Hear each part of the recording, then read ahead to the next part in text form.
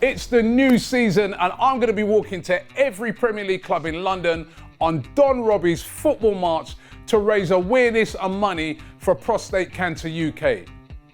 I'm going on the ultimate scouting mission to find out what our London rivals have got in store this season. I'll be giving my passion a football purpose by supporting one of my favourite charities, Prostate Cancer UK. Did you know that prostate cancer is the most common cancer in men?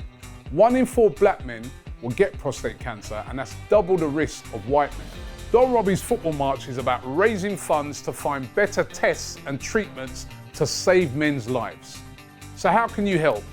Keep an eye out for the updates, share my stories about my challenge, and sponsor me to help me save men's lives. Search Don Robbie's football march on Just Giving or check out the links in my bio. I can't wait.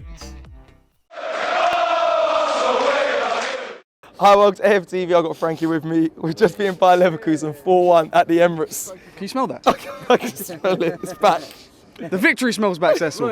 Even in pre-season, but the smell was strong. Listen. It was the battle of the Invincibles today, and the real Invincibles came out on top. So I'm absolutely buzzing about that. I know it's only pre-season, but look, we've had a fantastic pre-season overall. You know, whilst you was out in America falling off chairs and stuff like that, we was here early hours of the morning watching the performance. No, big up to you as well. Listen, it's been a fantastic pre-season. I know obviously the draw against Bournemouth and Liverpool, the loss against Liverpool don't look fantastic on paper, but it's pre-season. The results don't really matter. It's the performances that count.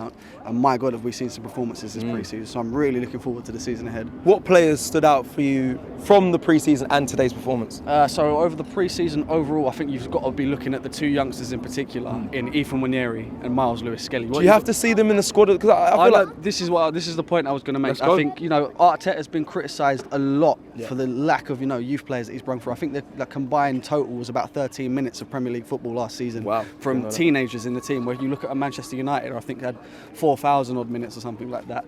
But you understand that they're in a different position than what Arsenal are in. Of course, I understand that. But the point that I'm trying to make here is Ethan Nwaneri and Miles Lewis-Skelly are first team ready. And if it's not going to be at Arsenal, they're at a crucial point in their career that, we're getting towards that 17, 18 years old mark. 17, saying he's ready for It's insane. What was you doing at 17? I was signed. I weren't. Listen, I was at crew. I weren't at this level. Listen, if he's not going to play them in the first team at Arsenal, we need to be looking at the opportunity to get them going out on loan because they need to be playing men's football at this age to start to develop in their career. Okay. Were you surprised by the Invincibles today?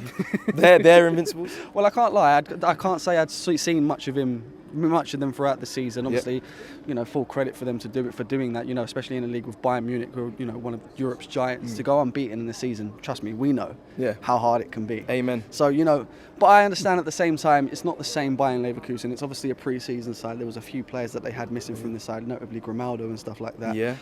So obviously it's fantastic to see that on paper, but we must also remember that it is pre-season, so let's not get too excited about it. Fair, but still fair. Great. Lastly, were you disappointed not to see Calafiori? I mean, it's early. I understand that. Obviously, I know he went on the USA tour. If he doesn't play against Lyon, when do you really integrate him? Because it's a tough start to the season. Yeah, no, he needs to play against Lyon. And to be honest, regardless of if he plays against Lyon or not, I don't think he starts the season. I would have gone for Timber, but the news that I'm hearing is that he's injured for the next 4 to 6 weeks. And if that is the case, is that what they're saying? Apparently so. Jesus I don't know Christ. how accurate that is. I just got that news just before the game. And if that is the case, then speedy recovery. You're in Timber, and he'd probably go for Zinchenko in that role. Which, after seeing his performance today, I wouldn't be too against. I thought Zinchenko played really well today. He got that number 17 shirt, famously Alexis Sanchez's shirt, and he turned into Alexis Sanchez today. So I'm happy to see him start left back if he's going to play like that.